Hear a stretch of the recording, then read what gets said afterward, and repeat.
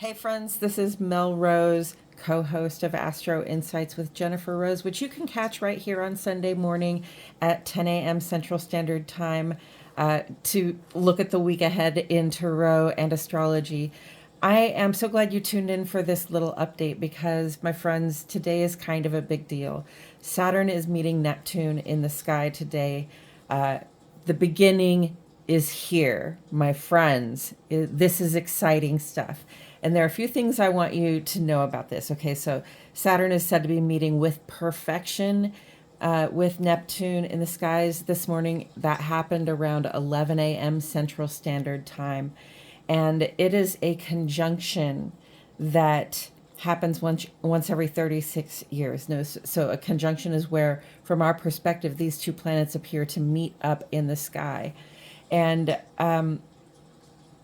this is a vibration that's been coming our way, sort of easing in for us for several months, and it's going to stay with us for some months, although there's been a shift in how the vibration is expressed, and we're going to talk about that.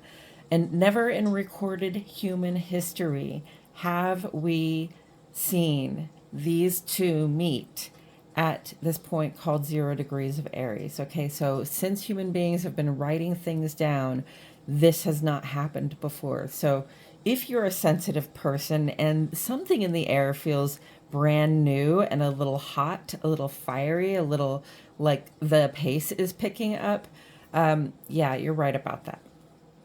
So 0 degrees of Aries is where this is happening. It's considered a world point. And that means, for me, I expect that this meeting in the sky to have a worldwide impact on us, okay? These planets are crossing the point of the vernal equinox, which is where we're going to be pretty soon with the sun at the 20th of Aries, 21st of Aries. But these planets have gotten there before us, and they are meeting at the point of the vernal equinox at the very beginning of the zodiac. Okay, so that's never happened before in recorded history, and this kind of meetup does have an impact on us socially and collectively. Saturn is the principle of agriculture, okay? Time, doing what works best to build security. Neptune is the principle of dream time, of mystery, and doing what works to dissolve old structures. We've been in this energy for some time now, watching the things that we built sort of fall apart, being mystified as to how much labor it should take to establish security, and dreaming up new ways to feel safe in the face of material uncertainty. And now that these two have entered Aries and are beginning to meet up in the sky, are just now meeting up in the sky today, the intensity of fresh starts, which comes with Aries, is just all the way on. Okay, so when Neptune was in Pisces, it used water, emotion, intuition, connection to dissolve our old structure. And when Saturn was in Pisces, it waded through the water, sort of watching itself fall away as it traveled. These old institutions, these old ways we had of doing things, these old things we thought we could rely on forever that seemed to sort of crumble over the last several years. Neptune in Aries now uses fire, which is more like action, initiative, and rage, to break down what is no longer secure. We burn it to the ground, precious. And then it helps us dream collectively together of what the new structure is going to look like and what it will represent for us. So that's very positive, but we're sort of watching things fall apart at this point as we start to dream of what that new structure has to look like. It's not a comfortable fit for Neptune, who is more suited to that watery sort of dissolving action. But if fire is what Neptune has to do, what Neptune does, which is dissolve things, then fire is what Neptune's going to use. And that means using our action, our sense of initiative, and even some of the rage that we feel. Saturn is also now in Aries, and it uses fire, which is, again, action, initiative, rage, to establish brand new ways of being secure for us, okay? Leaving the bricks and rubble of the old establishment behind, and it sets our sights on new and different ways of supporting ourselves and others. So it's not really a comfortable fit for Saturn, who's more suited to just sort of digging in and doing the work, plowing the field, climbing the mountain. But if fire is what Saturn has to use to do Saturn's job of building structure, of establishing security, then fire, action, rage, purpose is what he's going to use. Now, if you know your tarot, you'll know the Emperor is ruled by Aries, and he's a great example of Saturn and Aries. This is where we go out and establish new territory, to be ruled benevolently, of course, by ourselves and the people we keep close. We're having an experience of sovereignty now. We're waking up to this idea of sovereignty, of being in charge of ourselves and being in charge of what we care about.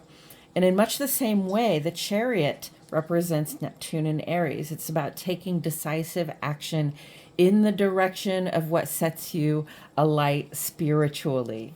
Yes, what is turning you on in terms of feeling connected to the great big all of everything, feeling connected to this earth, feeling connected to, both the pleasure and pain that are here, feeling connected to the rest of the people and the rest of the life here. What is it? What is the path that is turning you on? What is the path that is drawing you down that gives you an idealism about how things need to be from here on in?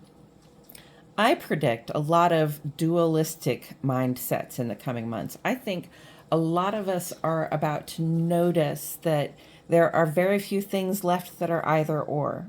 Most things are a big both and. Burning it down while starting it over. Fighting for peace while also opting out of the struggle in some cases.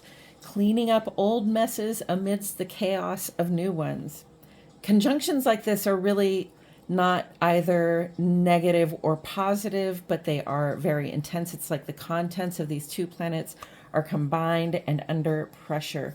So when you are feeling the pressure, when you're feeling two ways about things, when you're feeling like, I could really do something with this, but oh, screw it, it might not even work, like feeling that desire to create, and also that sort of creative desire to dissolve things, understand that we're working on all of this at the same time.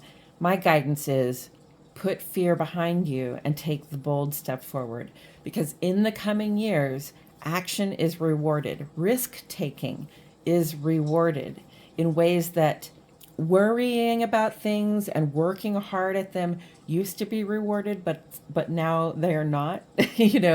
Now it's really going to be like seeing what you need to do and being willing to take the action to do it. That's going to be rewarded. So, with all of that said, I'm going to go outside and set a fire. If you love me, if you follow me is what I meant to say, but if you love me, I love you so much. If you follow me, I love you so much. I appreciate you being here. I really have enjoyed being able to post about astrology over the past several years, and I really feel like I've gotten almost fluent in the language at this point, and that's thanks to you coming back and watching every time. So thank you so much for being here. Please subscribe to this channel if you haven't already, and tune in this Sunday for Astro Insights at 10 a.m. Central Standard Time. That's our astrology and tarot reading for the week. Jennifer will join me then, and I will see you all in the next video. Thank you.